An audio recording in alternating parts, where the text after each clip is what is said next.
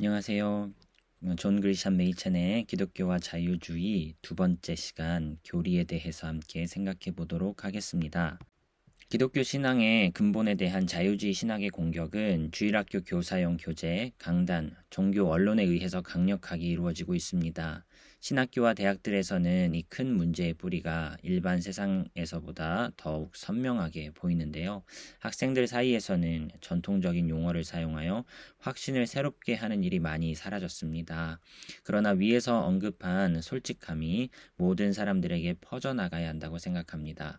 종교 교육자들 사이에서 불쾌감을 주지 않으려는 것에 대한 과도한 강조가 어느 것보다도 가장 해롭습니다.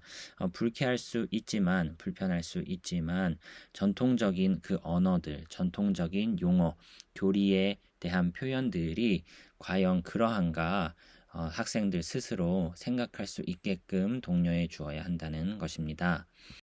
전통적인 용어들이 전부 제거되고 남은 기독교 신앙의 근본적인 요소들에 대한 오늘날의 반대는 어떤 참된 의미를 가지는가? 요약하면 기독교 교리에 대항하는 현대 자유주의 신학의 가르침은 무엇인가? 전통적인 용어를 다 거부하고 어떤 의미를 추구하겠다는 것인가?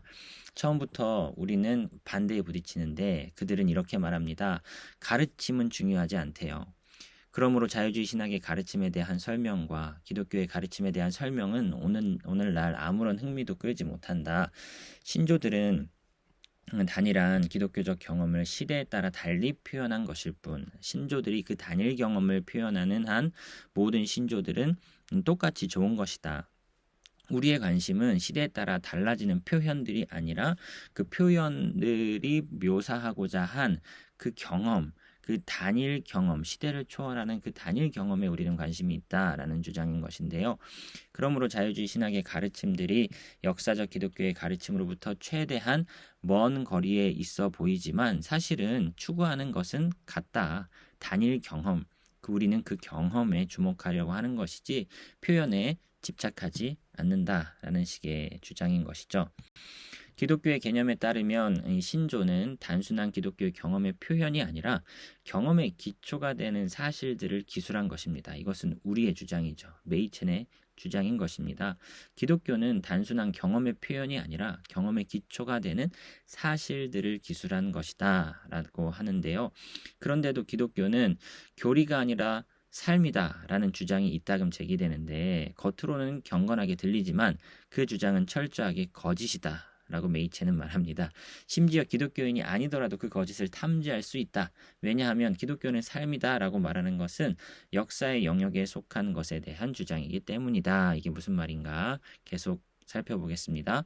그 주장은 이상의 영역에 포함되지 않는다. 그렇게 말하는 것은 기독교가 삶이 되어야 한다든지 이상적인 종교는 삶이라고 말하는 것과는 전혀 다른 역사적인 조사의 대상으로서 우리는 밝혀내야 되는 것인데요. 기독교가 삶이라는 주장은 네로치아의 로마 제국이 자유로운 민주사회였다라는 주장과 똑같이 그 사실성의 여부를 역사적으로 내어 보아야 한다는 것입니다. 그렇다면 기독교는 교리가 아니라 삶이라는 말이 참인가? 이 질문은 기독교의 시작을 조사함으로써만이 확정될 수 있습니다. 기독교의 시작은 상당히 분명한 역사적 현상입니다. 기독교 운동은 나사렛 예수의 죽음 며칠 이후에 생겨났죠.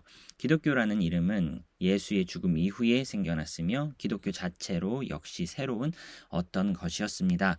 역사성에 주목하여 기독교가 과연 삶이다라는 주장이 가능한 것인지 그 시작을 한번 살펴보자는 것입니다. 이 운동의 초기 단계에 대한 분명한 역사적 기록이 바울의 서신들에 보존되어 있는데 이를 근거로 하여 거기에 한 가지 분명한 사실이 있다면 초기 기독교 운동은 현대적 의미의 삶의 방식으로 도입된 것이 아니라 어떤 메시지에 근거한 삶의 방식이었다라는 것이죠. 삶의 방식에 주목하기 이전에 그 삶을 가능하게 한 메시지가 있었다라는 것에 우리는 주목해야 한다는 것입니다. 이와 관련하여 바울에 대해서는 논란의 여지가 없습니다. 바울은 교리에 무관심하지 않았죠. 오히려 교리가 그의 삶의 기초였습니다. 삶의 기초로서의 교리. 바울에게 있어서 복음은 한 사람에게는 참이고 다른 사람에게는 거짓일 수 없었습니다. 실용주의가 그의 영혼에는 그림자를 들이우지 못했던 것이죠. 바울은 복음 메시지의 객관적 진리를 확신했으며 그 진리에 대한 헌신이 그의 삶의 위대한 열정이었습니다. 바울에게 있어서 기독교는 삶이기만 한 것이 아니라 교리이기도 했으며 논리적으로 교리가 먼저였죠. 우리 자신의 공로로 그리스도의 사역을 채우려는 시도가 바로 불신앙의 본질이다라고 바울은 분명히 보았습니다. 그리스도는 모든 것을 했거나 아무것도 하지 않았고 우리의 유일한 소망은 그의 자비에 우리 자신을 무조건적으로 던지며 모든 일에서 그를 신뢰하는 것입니다. 그리스도의 사역에 무언가를 더해야 한다라는 것은 그리스도가 아무것도 안 했다라는 것과 다른 것이 아닙니다.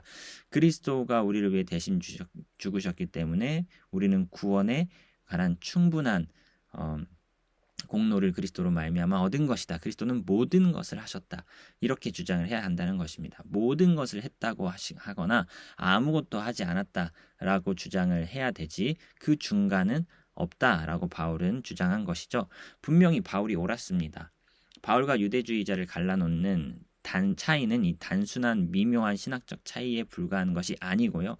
그리스도에 대한 믿음 그 자체에 관한 것이었죠. 바울은 예수의 윤리적 원인들에만 관심을 가진 것이 아니었습니다. 또한 종교나 윤리의 보편적인 원리에만 관심을 가진 것도 아니었습니다.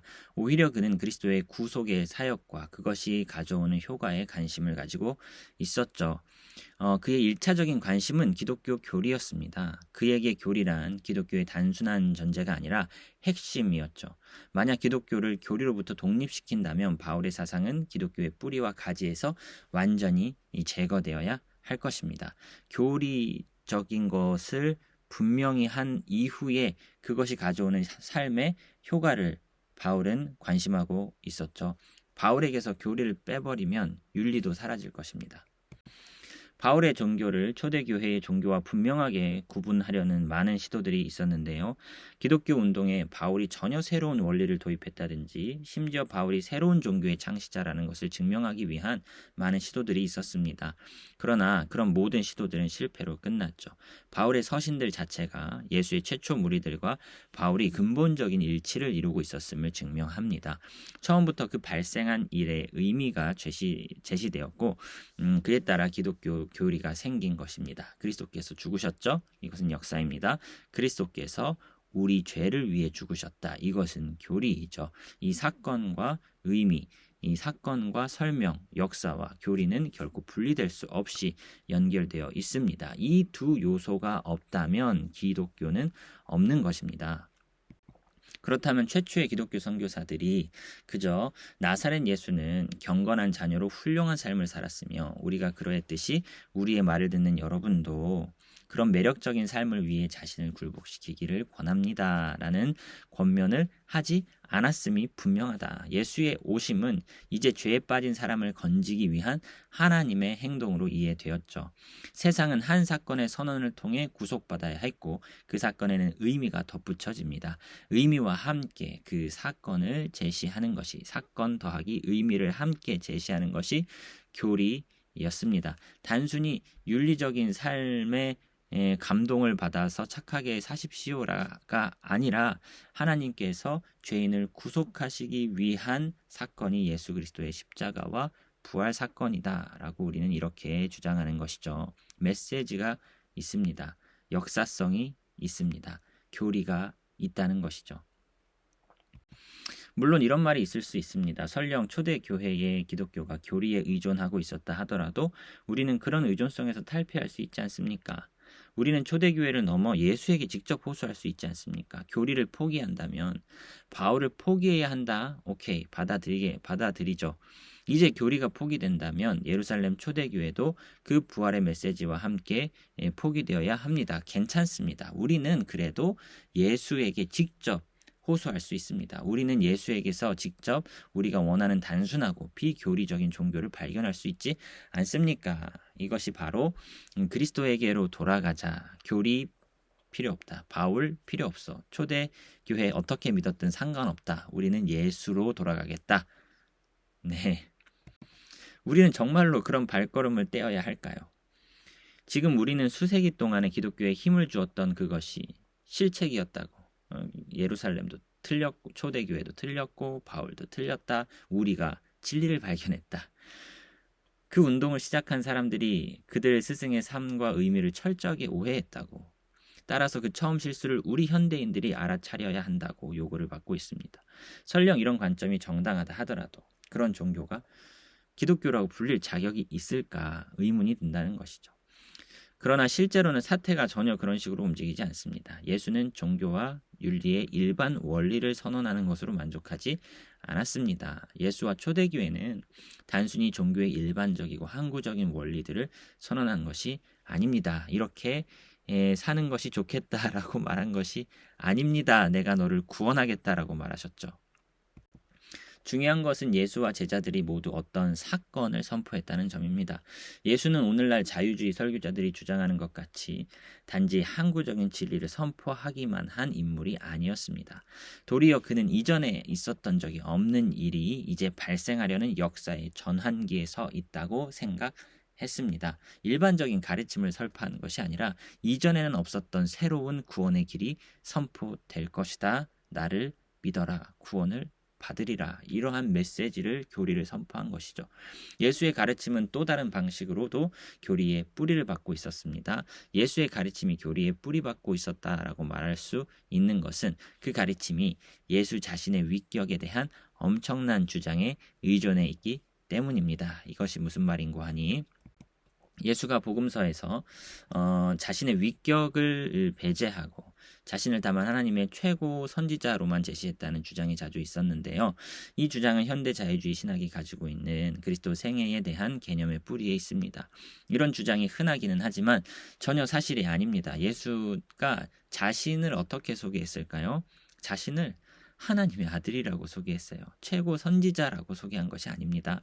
예수의 메시아 의식, 자신을 세계의 종말을 가져오는 주인공으로 온 세상을 심판하는 자리에 앉을 것으로 말했다는 사실, 이것이 이상한 일이죠. 바로 이렇게 엄청난 방식으로 예수는 자신을 메시아로 주장했습니다. 또한 예수에 대한 복음서의 설명을 자세히 살펴보면 메시아 의식이 전체에 퍼져 있음이 드러납니다. 복음서에서 가장 순수하게 윤리적인 것으로 간주하는 부분까지도 전적으로 예수를 높이는 주장들에 근거해 있습니다. 산상수훈이 충격적인 신뢰인데요. 우리는 기적, 대속 혹은 천국이나 지옥과는 아무 관계도 없다. 우리에게는 황금률이 충분한 삶의 지침이다. 너 받고자 하는 대로 남에게 받고자 하는데도 너도 남을 대접하라. 이 황금률이면 이 세상은 충분히 만족할 수 있다. 산상수훈의 단순한 원칙들 속에서 우리는 사회의 모든 문제에 대한 해답을 발견한다.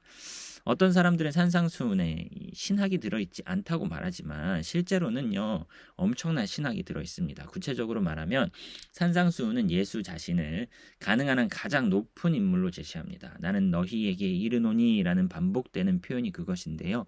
선지자들은 주께서 이르시되 하나님이 말씀하시되 하나님의 말씀이다 이렇게 말했지 내가 말한다 라고 말하지 않았었습니다. 하지만 산상수훈은 내가 너희에게 이르노니 라는 말로 시작된다는 것이죠. 엄청난 권위를 근거로 한 윤리적 가르침, 이 윤리적 가르침 배후에 엄청난 권위가 근거되어 있다는 것을 우리는 주목해야 한다는 것입니다.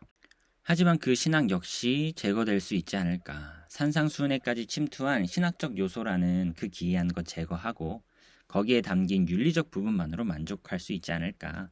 그러나 이 질문에 대한 대답은 강한 부정일 수밖에 없습니다. 산상수훈의 윤리는 그 자체만 놓고 보면 전혀 효과가 없습니다. 산상수훈 전체가 그러합니다. 산상수훈의 새로운 법은 그 자체로는 절망만을 가져다 줄 뿐이죠. 심지어 모세도 우리에게는 너무 높습니다. 간음하지 말라, 우리 이거 살인하지 말라, 탐심 품지 말라. 모세 자체도 우리에게는 너무 높은데 마음으로 생각으로 간음하여도 미워하여도 살인이고 간음이다 이렇게 말씀하지 않으셨습니까? 그보다 더 높은 예수의 율법 앞에서 우리는 절망하지 않을 수 없는 것이죠. 신약 성경의 나머지 전체와 마찬가지로 산상수훈은 우리를 곧장 십자가 아래로 인도할 뿐입니다. 예수의 교훈을 처음 들은 제자들까지도 그들이 어느 방향으로 가야 한다는 지침 이상의 무엇인가가 필요함을 잘 알고 있었을 것입니다. 예수와 제자들의 관계가 사제지간이었다고 보는 것은 복음서를 피상적으로 읽은 결과입니다.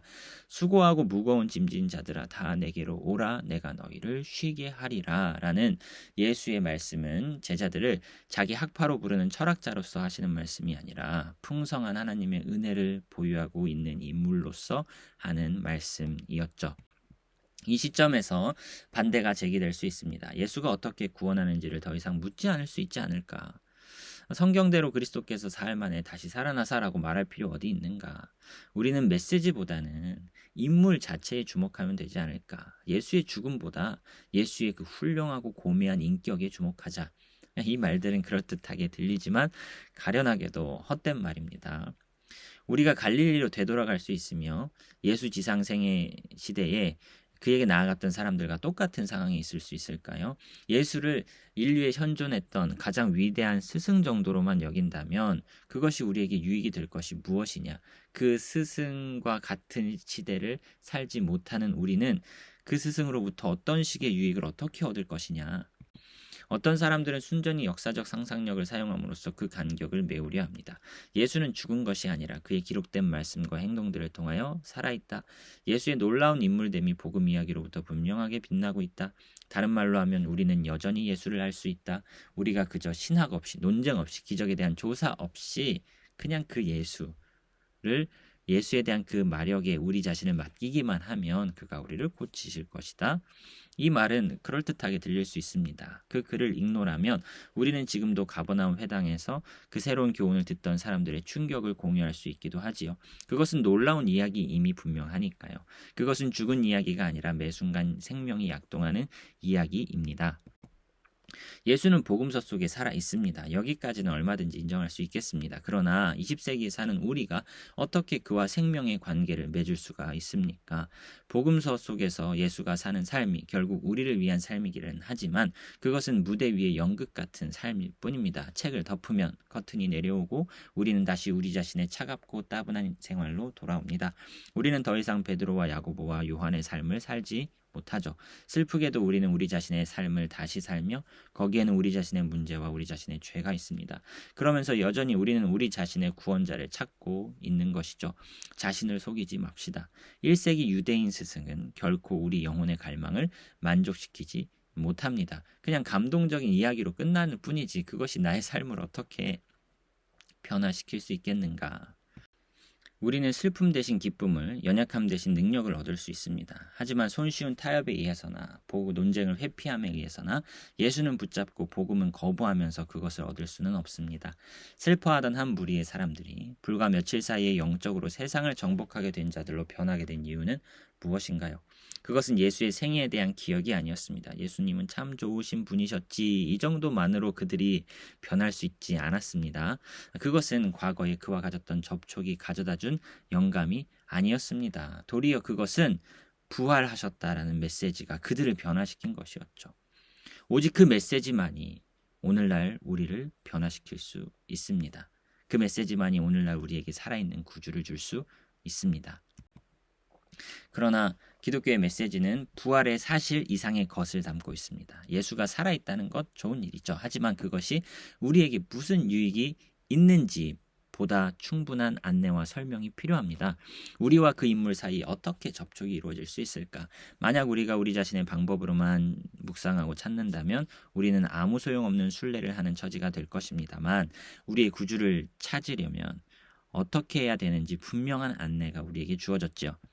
신약 성경 속에서 우리는 충분한 안내를 거저 받을 수 있습니다. 신약 성경에 의하면 이제 그 사건에 대한 부활 사건에 대한 십자가 사건에 대한 설명 이것이 이제 신약 성경의 내용인데 이 신약 성경에 의하면 우리가 예수와 접촉할 수 있는 것은 그 사건이 나의 사건이 되는 이유는 그가 다른 사람을 위한 일 때문이 아니라 바로 당신을 위한 일이다라고 말하고 있기 때문이다.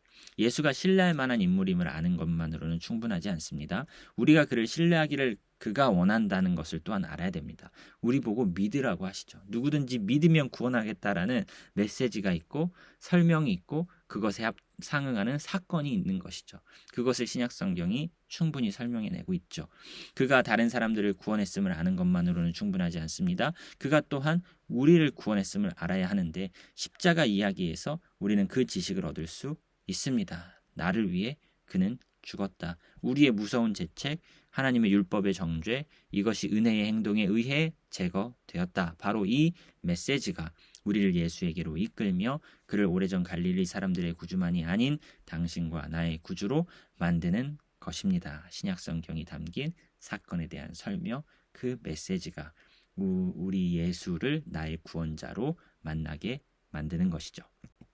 진실을 말하자면 예수의 죽음과 부활에 대한 메시지를 받아들이지 않고 예수라는 인물을 신뢰한다라고 말하는 사람들은 말 그대로의 신뢰를 의미하는 것이 아닙니다.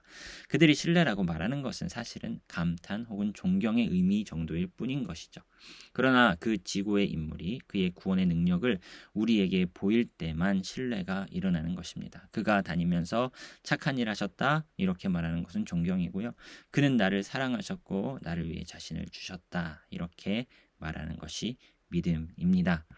그런데 그는 나를 사랑하셨고 나를 위해 자신을 주셨다라는 말은 역사적 형식의 말입니다. 그것은 발생한 어떤 일에 대한 설명이며 사실에다 그 사실의 의미를 첨가하는 것이죠. 그 말은 그리스도의 피를 통한 심오한 전체 구속 역사의 본질을 포함하고 있는 교리입니다. 그 기독교 교리가 믿음의 뿌리 그 자체를 이루고 있죠. 그는 나를 사랑하셨고 나를 위해 자신을 주셨다라는 교리가 핵심입니다. 기독교의 핵심인 것이죠. 이것을 빼고 어떻게 예수를 신뢰한다라는 식의 주장을 한단 말입니까?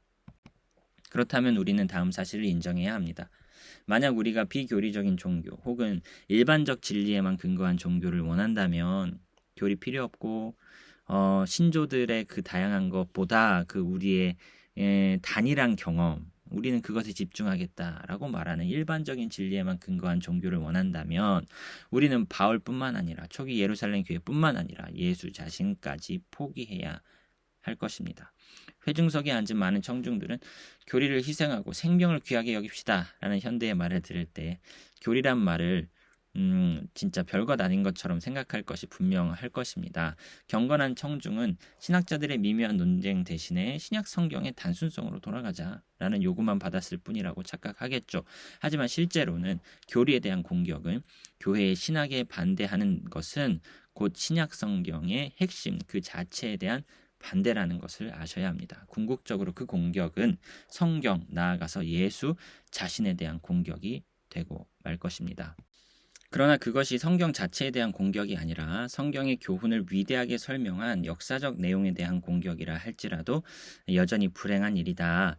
만약 교회가 1900년에 기독교 역사의 모든 연구와 사색의 결과물을 다 버리고 새로 시작한다면 설령 성경이 그대로 보존된다고 하더라도 그 손실은 엄청날 것입니다. 각 세대가 이전 세대의 성취에 의존하지 않고 완전히 새롭게 시작하려 한다면 어떤 학문에서도 참된 진보는 없을 것이다. 기독교 교리를 역사적 상황에 맞게 서술한 신조들과 교리들을 다 무시하고 나는 성경만으로 만족하겠다라고 하는 것도요. 엄청난 손실을 받아들이면서 신앙생활을 하겠다는 자세인 것이죠. 각 세대가 이전에 성취한 것들을 의존하지 않고 완전히 새롭게 시작하려 한다는 것은 어리석은 일입니다. 기독교의 교리적 근거를 견지함에 있어서 특별히 우리가 오해받지 않기를 간절히 원하는데요. 우리가 의도하지 않는 몇 가지가 있습니다. 첫째, 교리가 건전하기만 하면 생활은 어떻게 되어도 좋다고 말하고 있는 것이 아닙니다. 처음부터 기독교는 삶의 길이었습니다. 기독교가 제공하는 구원은 죄로부터의 구원이었으며 죄로부터의 구원은 복된 소망에서만 나타나는 것이 아니라 즉각적인 도덕적인 변화에서도 나타났죠. 초기 그리스도인들이 이웃에게 충격을 준 것은 그들이 낯설고 새로운 삶을 살았기 때문입니다. 그것은 정직하고 순결하고 비이기적인 이타적인 삶이었죠. 그런데 어떻게 해서 그런 삶이 나왔습니까? 도덕적 권면에 의해 그런 삶이 나왔다고 생각할 수 있지만 그런 권면은 사실 힘이 없습니다. 기독교는 인간의 의지에 호소하여 사람의 삶을 변화시킨 것이 아니라 이야기를 해줌으로써 변화시켰습니다. 권면에 의해서가 아니라 사건에 대한 설명을 통해서 변화를 이끌어냈죠. 그런 방법이 이상하게 보였으리라는 것은 당연합니다. 어떤 종교적 지도자의 죽음에 관련한 사건을 반복해서 이야기하여 행동에 영향을 주려 하는 것보다 더 비현실적인 일이 어디 있겠습니까? 그러나 가장 유창한 권면이 실패하는 곳에서 어떤 사건에 대한 단순한 이야기가 성공하기도 합니다. 둘째, 기독교가 교리적 기초를 가진다는 사실을 주장한다고 하여 교리의 모든 요소가 동일하게 중요하다고 말하는 것은 아닙니다. 견해의 차이가 있음에도 불구하고 기독교 안에서 교제를 유지하는 것은 얼마든지 가능하거든요. 그런 견해의 차이 중에서 최근에 점점 중요해지고 있는 것 중에 하나가 주님의 재림과 관련된 사건들의 순서에 관한 문제인데요.